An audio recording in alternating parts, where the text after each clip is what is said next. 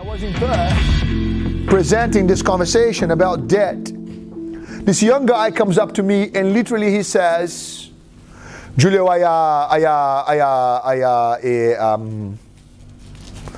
want you to understand that I just presented this conversation about a mortgage. And literally the guy came up to me and said, So you start to appreciate that there's a lot of ideas going in his head. There's maybe 4 or 5 channels open. Lots of ideas and they're all conflicting in there. He wants to engage, he wants to connect, but his values and what I understand and what I'm supposed to do, and he literally says, I just stayed quiet and says, what do you really want to know? Put in, what do you want to know? I just bought a house. It settled last week. We're moving in next week. Do you think that that's a good idea? I just showed you the numbers. Numbers have what? We wrote it down. No feelings. No feelings. I just showed you the number. Now I want to show you social agreement. I want to show you how the current will take you down the river. Okay? Everybody thinks it's a good idea. I said to him, your mother's proud of you, your father thinks it's a great idea, your dentist, thinks it's a great idea. Everybody thinks it's a good idea. So can we all agree it's a good idea? There's social agreement on that. Right?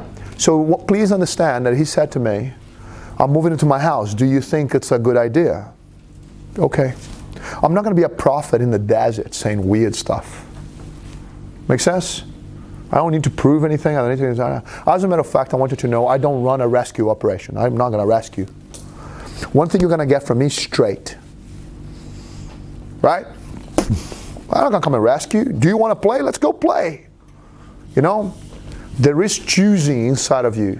Do you want to play? Let's go play. Don't want to play? Fine.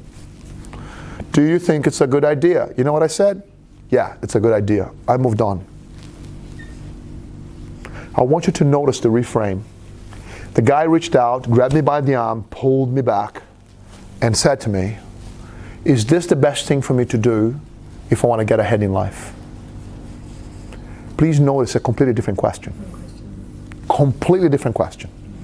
Is this a good idea? Sure. Everybody has agreed. I'm not going to go against the vein. Is this the best thing for me to do if I want to get ahead in life? Now we're going to talk. Because the answer is no. Yeah? Well, I noticed he was wearing the ring. I said, where's your wife? He says, oh, she didn't come. Typical, husband-wife teams. The wife says to the husband, you go, you go, you go. Tell me all about it. The husband says to the wife, you go, you go, you go. Come back, tell me all about it, right? You cover more terrain if we split. Right? Right? You go, I said, where's your wife? She didn't come. Right. Right. I said, man, I'm not going to spend, 12 minutes, 20 minutes, half an hour with you trying to explain to you what I see. Because it's the most unfair thing if we do that. Because you're going to go home, try to explain to your wife what you learned. It's very unfair because she already bought that house. She's not here because she's buying the curtains. He goes, how do you know? Hello? You know what I mean? But how do you know? You told me you're moving there next week. So today is curtain day. Right? If I explain everything to you, you're going to go home and try to explain to her, and you'll be coming from logic. And what you're going to have a chat about finance because she knows you went to a financial thing. And when you're going to say, well, we're not going to move into the house because this is what she's going to do. She's going to go, nah. She already bought that house. She doesn't have the choosing. The choosing, it doesn't occur to her. Make sense? And she's going to go, oh, what about this and what about that and what about this? And then the two of you are going to agree, I'm the idiot. I'm not interested. I'll tell you what though. Tomorrow at 10 o'clock, I'm in this hotel. So I was in Perth, I was staying at the Hyatt, and I said, I'll meet you at 10 o'clock. This is a T-junction conversation. At 10 o'clock, I'll come down. If the two of you are there, I will meet the two of you, and I'll spend an hour with you. Right? He immediately jumped onto, but tomorrow we got to work, we got to do this, and we got to do that. And I literally said to him, there's two futures. One is you're there tomorrow, and I'll explain everything to you. And I'll come down, you're not there. I'll go back to my room and go back to what I'm doing. And it makes all the difference to you. I already know the content. It's up to you. You know what he did? He went home and he said to his wife, "Darling, we're not moving into the house." And she says, "Why not?" He goes, "I don't know."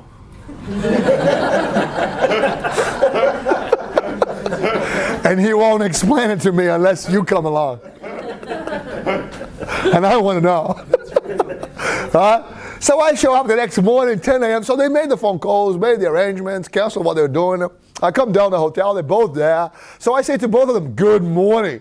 He says, "Good morning." She says,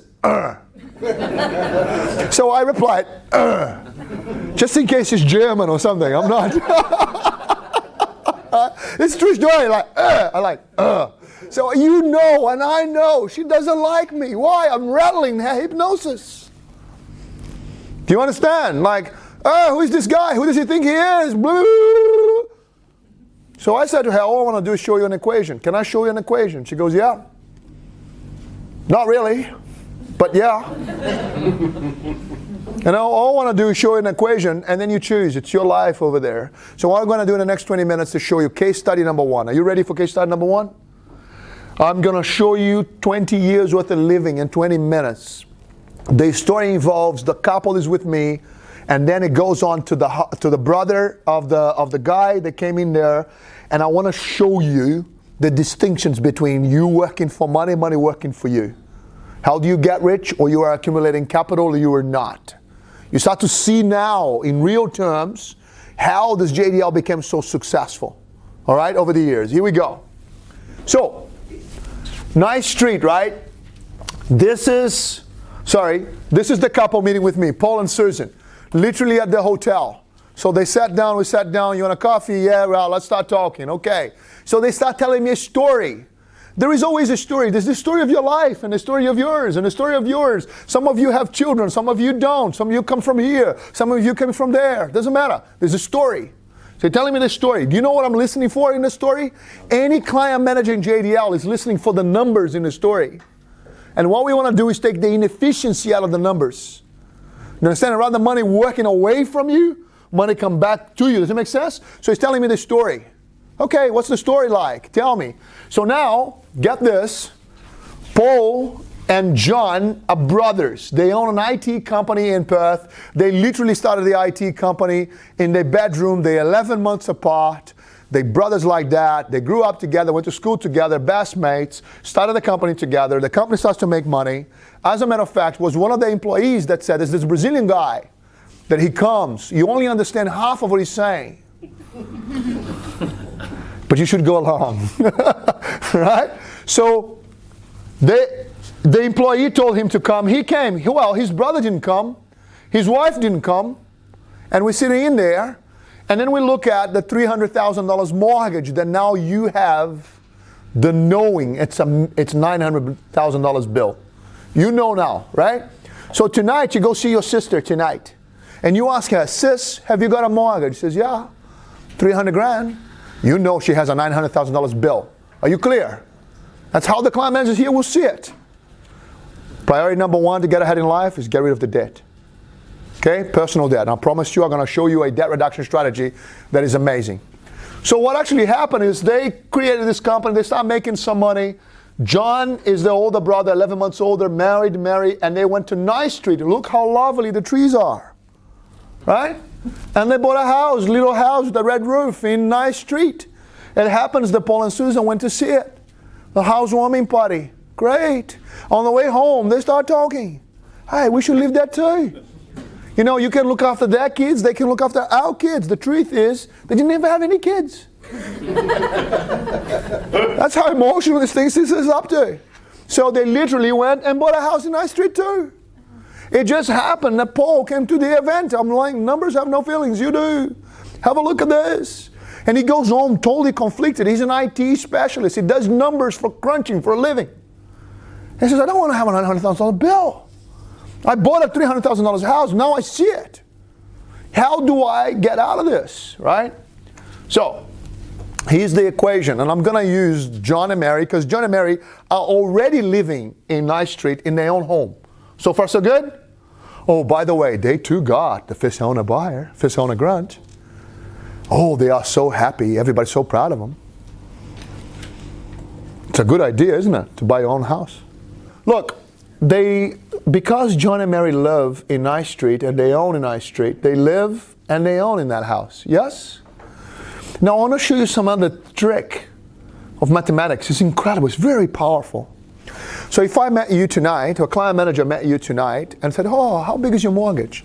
And you said, oh, my mortgage is $500,000. You said, my mortgage is $400,000. All right? And you said, oh, my mortgage is $1 million. Whatever number you give me.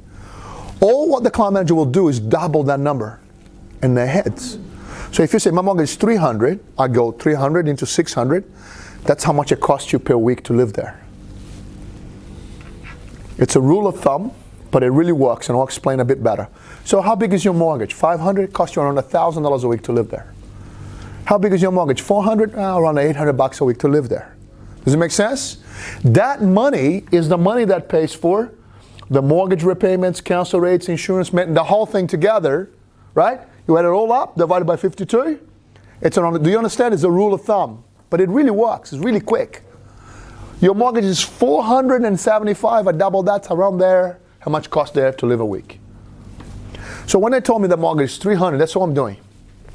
So the L plus O, mortgage repayments, council rates, insurance and maintenance, it's around $600 a week. Here's my disclaimer. Okay? It's just a concept.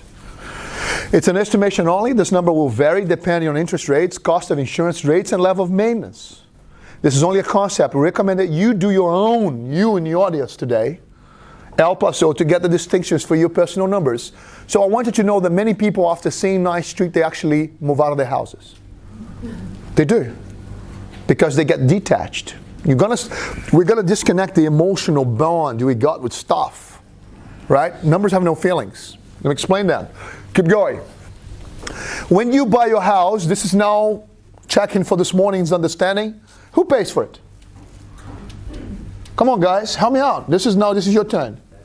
When you buy a house, who pays for it? You do. Very good. 100% by yourself. Boom. After tax. You guys clear? We covered this morning. When you buy a house, you pay for it. So most people are totally traumatized.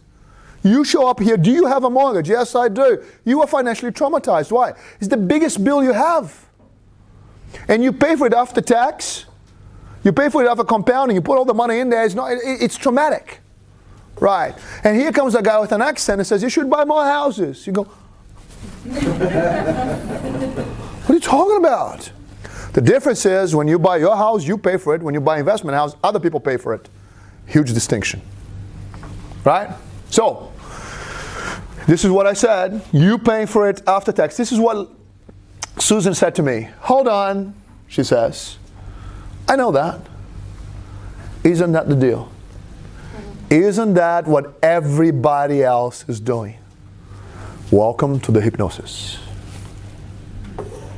Well, not everybody. There's a few of us that won't do that. Right? So Susan said, okay, if we just keep pushing it through. Yes. All right, let's go.